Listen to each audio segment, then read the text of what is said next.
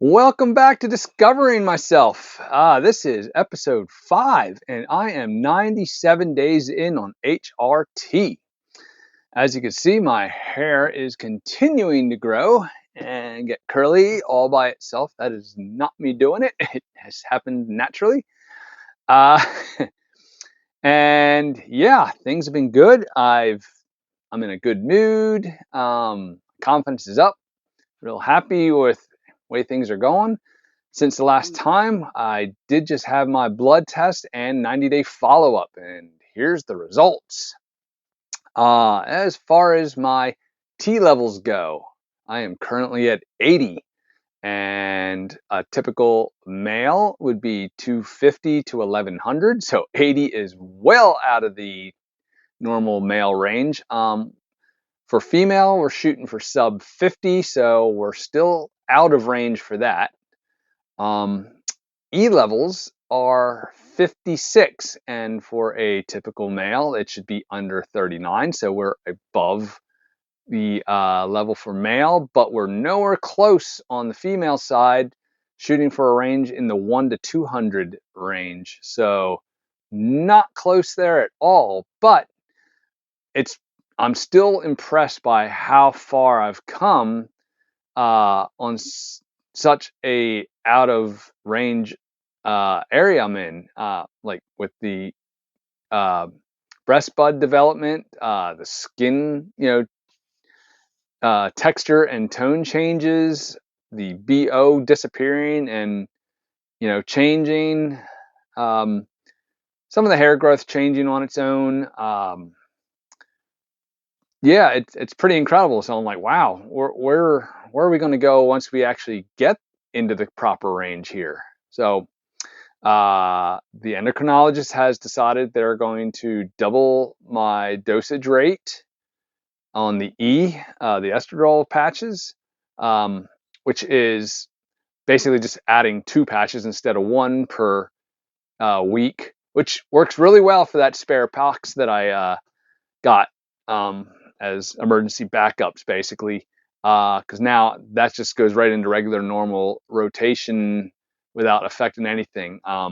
And Sundays is the day I changed. Today's Saturday, so tomorrow will be the first day that I start doing the double dosage, basically. The spirolactin, which suppresses the T levels, we're keeping the same. Basically because it'll probably drop into sub 50 just with the estradiol increase. And they're a little worried. I mean, they're not worried. My potassium levels, because that's what the spirolactin does, it tends to hoard the potassium. So my potassium levels are real close to the top of the green scale. Not horrendous. I talked to the endo about it, and they're like, yeah, because I'm at 5.0. The top of the scale is 5.1. I think the bottom of the scale is 4.4. So 4.4 to 5.1. I'm at 5. She's like, I don't worry about it until, say, you hit 5.5 to 6. 6 would be a real problem. So I'm like, well, should I change my diet? Should I change things or anything like that? She's like, no.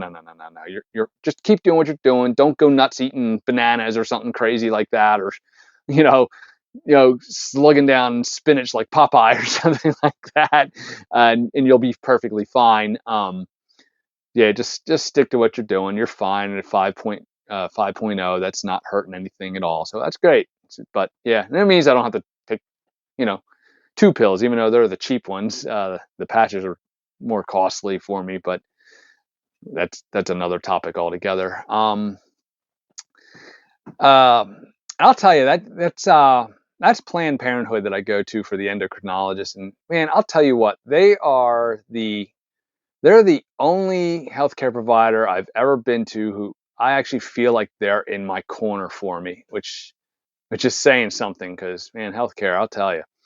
But like, um, I never got my bill for February, but the first visit yet, and I like keep asking. I was like, you're gonna send me that bill? I saw the health insurance doesn't pay anything for that, and they're like, we're still working on trying to get them to pay for some of this. You shouldn't have to pay for all that out of your pocket. And And I'm okay with that because the healthcare always tries to screw over the patients, you know, the customer. So it's like, listen, I've paid in for years and years and years, and you're gonna, you know, play games.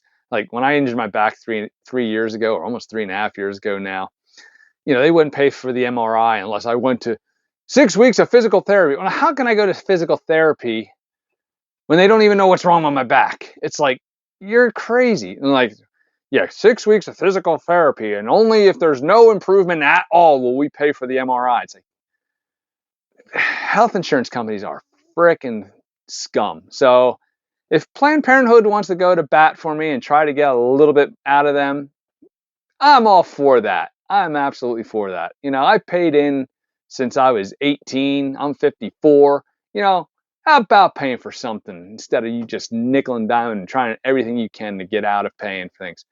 And even my the blood test.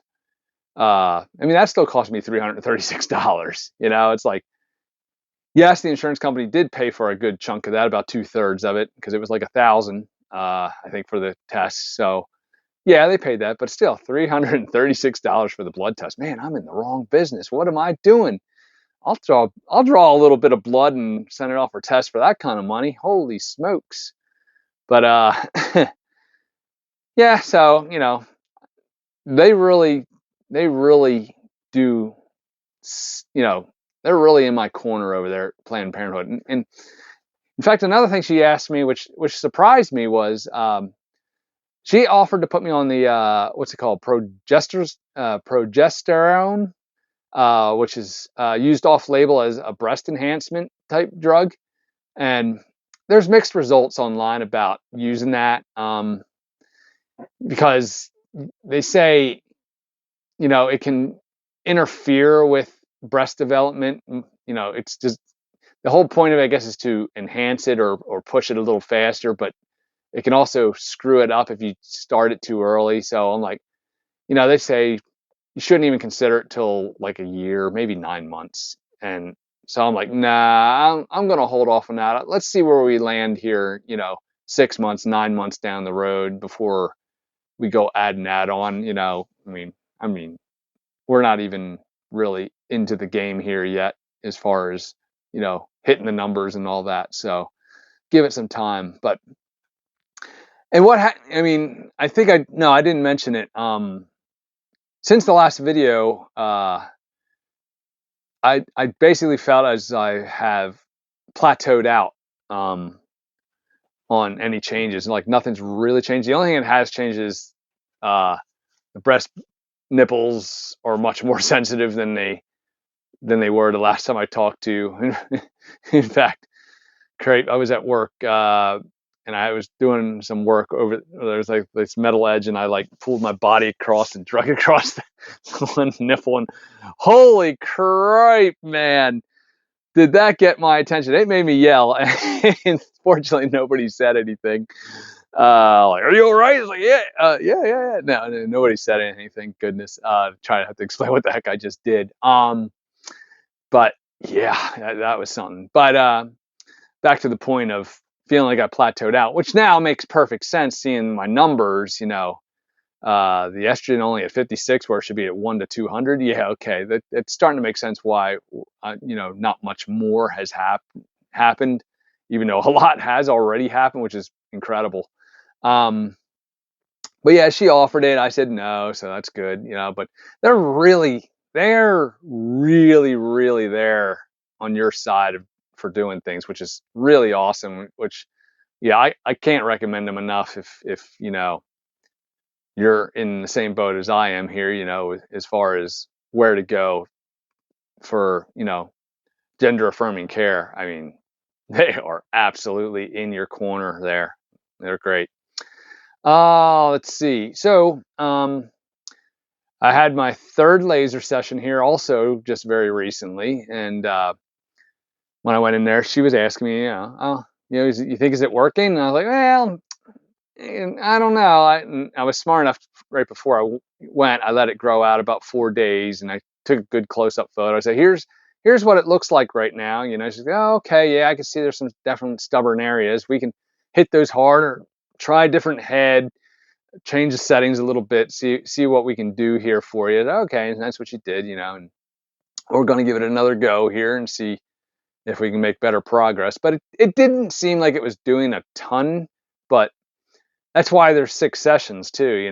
So this is just the third, so I only had 2 sessions before that. So got to give it a fair chance, and see where it's going.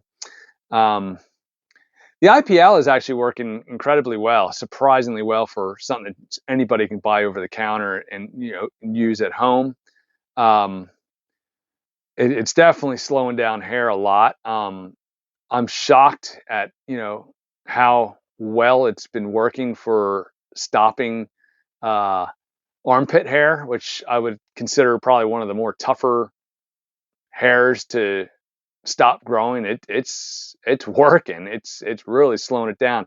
I'm still having a little bit on the chest and around the wrists that are being stubborn. I think mostly the wrist ones is my hair is so light colored it's not able to zap it, which is probably what the laser surgery or laser treatment on the face is probably going to run into. There's probably some gray hair that's just not going to come out of there because the laser just don't work on light colors. That's just the way it is. It needs a dark color. So yeah, that's probably what I'm fighting there. And if that's the case, it's just and hair will slow down as the E levels come up too. So it's all working towards it. I'm not worried about it. It's just mental notes as we go along here.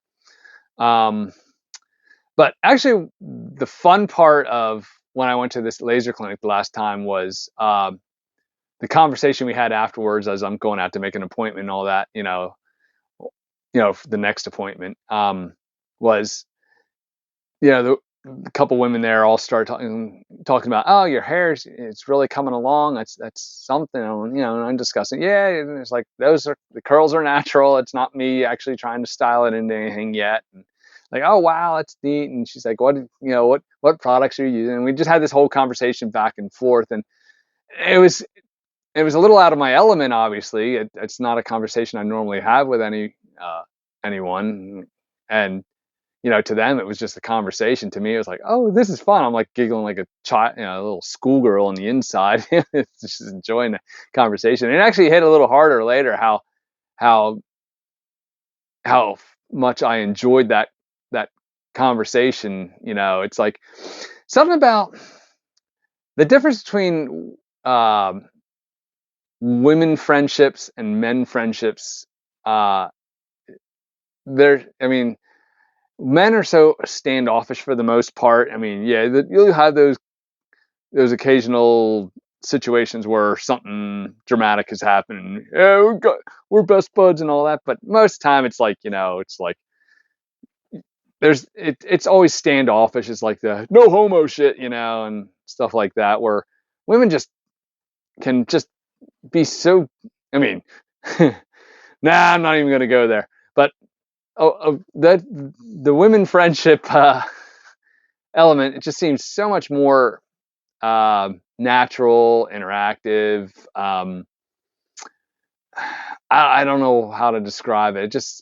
Women are just so much better at having relationships with other women than guys can have with other guys for the most part. And that conversation sort of was a little taste of that, and I really enjoyed it. That was really something I enjoyed happen, and it was completely organic. They weren't thinking twice about it, and they were just talking, and I was just participating in it, which was awesome. I really liked that. I also twice a year I go to an optometrist to have my eyes checked because I have a glaucoma risk, but there's no problems. It's just they keep an eye on it. But every 6 months. So okay, 6 months ago I probably was the last time I had cut my hair. So the optometrist walks in and he immediately picks up on something. Like he is right on it, and he goes, "You appear younger." I said, "Oh, is that right?" He goes, "Yeah, you've been working out." I'm like, yeah, I have actually, yeah. And he's still sort of side-eyeing me, like he he must be picking up on something more. And I mean, I have lost some weight and stuff like that. So, but he goes, "You're not having some kind of midlife event, are you?" I like sort of laugh, like, "Hey, man, you never know, possible." I didn't admit what's going on yet, and and we have that kind of relationship, where we can kid around and stuff like that. We talk, I'll do shit like, uh, he'll pull up the board with the letters, and if there's an X up there, I'll say "oh." He's like, "What?" Uh, or I'm reading off, and I'll just throw a number in instead of a letter, and then he's ready. He comes back, he'll change it up where he apparently has numbers on the system too. He can flip it and then throw numbers in there instead of it's like, "Oh, you son of a gun."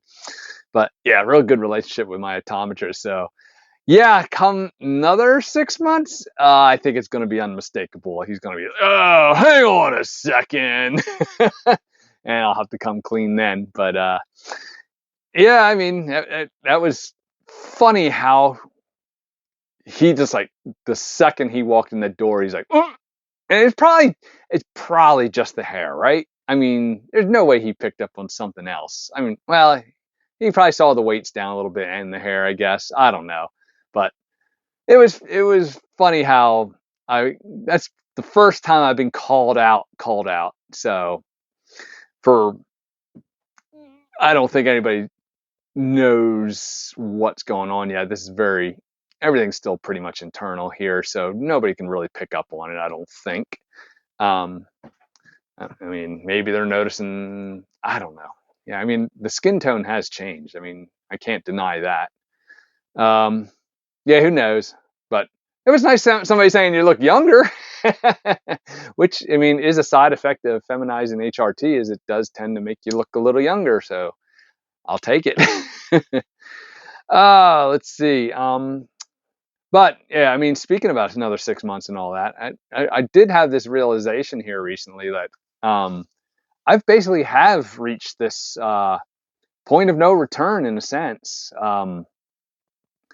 Yeah, I mean, like I said, everything's internal at this point, but at some point, things are going to start becoming more external and more apparent, and and some of the effects of HRT are irreversible as well. Like breast development is irreversible; it's going to stay no matter what. So I'm kind of at that spot where if you're going to stop, you better stop right now. And I'm not. I mean, I'm in absolutely a good mood, confident, not doubtful at all. So yeah, it's great, but it is that point where this is it, man. You're going into the next zone where people are going to figure it out whether you tell them or not. And I'm sure, like, "Oh yeah, no, nothing's changed. What are you talking about?" Yeah, we're gonna get there. So yeah, it was a thought. It's crossed my mind. So I'm good with it though. Like it is a little. I don't know what the right word is. It's just you're realizing you're at a point of no return. It's like, yeah, this is it. Going forward, things are going to stick, and things are going to change. So, but that's okay. Um, Back to the hair. Yeah, I'm still using the Rogaine, but I'm only. It's not even 2.5 months in on it, and they say you don't see changes start until about month 4. So I'm not there yet. So hopeful for that. Like I mentioned before, I'm a little thin on the top and hoping that fills in, which I'm sure it will, because even the estrogen helps with that as well. I mean, that's basically stops any of the male pattern baldness issues and stuff like that. So between that and the Rogaine, I'm hopeful I can get some back, maybe even a little more in the forehead come back would be nice. Although I've always had a high hairline in the front, so that probably won't change. Um, but who knows? I'm still trying anyhow. um, so yeah, I mean that's that. Yeah. The last thing, because my job has me driving a lot, it gives me a lot of time to practice voice training. I'm not doing anything professional. I'm just basically doing it on my own. Um, but and I'm not going to do it right now because I'm still embarrassed by it.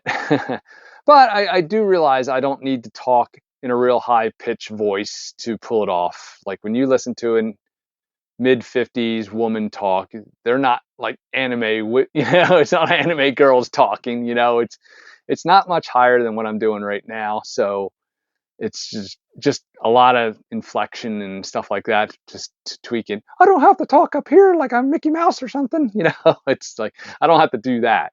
uh, uh but because I was practicing, it was funny because like I was driving back home the one day while talking. I just decided to swing into the diner I go to, and unconsciously, I didn't even think about it. Like the first time somebody said something to me, one of the waitresses like, "Do you want coffee?" And I talked. I was still in that mode, and like, and I didn't even realize it was totally spontaneous. And like, oh, wow, it's like, and then a quick, oh, yep, back to this voice. Um, that surprised me. I wasn't expecting that. I thought it was going to be something I'm going to have to work so hard on to stay focused on it, to constantly be thinking about it, to stay on point. And it's like, oh wow, that just happened, and I didn't even intended for that to happen. Because I heard basically it's like, yeah, you need to like voice train for a year before it really sticks, and then it's actually hard to go back to your old voice because muscle memory and all like really kicks in by then, and everything stays pretty much the same. But here I was, just doing it for a little bit, and all of a sudden it kind of was right there on its own. Like, whoa, this is going to be maybe a lot easier than I thought it was going to be. Because here I'm thinking I'm going to have to go get professional voice training, or I'm going to go have to get female voice surgery, to tighten up the vocal cords or something like that. And here I was like, oh man, I just kind of pulled that off unintentionally quickly in the process. Here I am 3 months in only. I haven't been practicing that long. It'll probably only about a month, where I do it while driving, just holding conversations back and forth with myself, listen to myself talk. Sometimes it's really cool, like you hit a certain thing and it's like, whoa, that came out like really good. So it's just learning all the inflections and how to bring your voice forward, and the way to soften it without sounding fake. That's the hard part. I don't want to get into that whole stereotypical like gay lisp thing or anything like that. Just trying to tweak the voice where it's going to sound like a mid-50s woman, So trying to get there. So yeah, I think that's about it for this round. Yeah, I guess the next time will be another 30-ish days, and I'll be saying, hey, guess what happened when I doubled, my estrogen levels. Here's the results, guys, and here's how it's been affecting my life. So that's what you can expect for episode 6, I suppose, which will probably be about another 30 days out, unless some major changes happen where I want to, produce a video sooner than that. But hey, appreciate you guys sticking here to the end. That's really great. Please, questions or comments down below. I'm always happy to answer anything you may have on your mind. And until next time, see you guys later.